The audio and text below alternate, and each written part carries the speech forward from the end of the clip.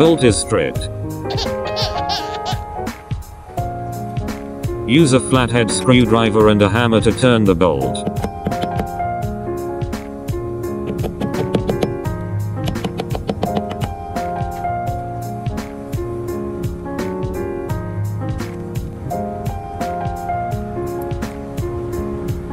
Buy new M12 bolt from bolt shop.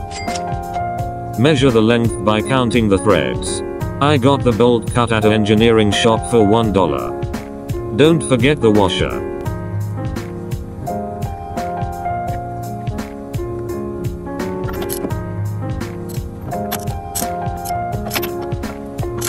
Do not over tighten.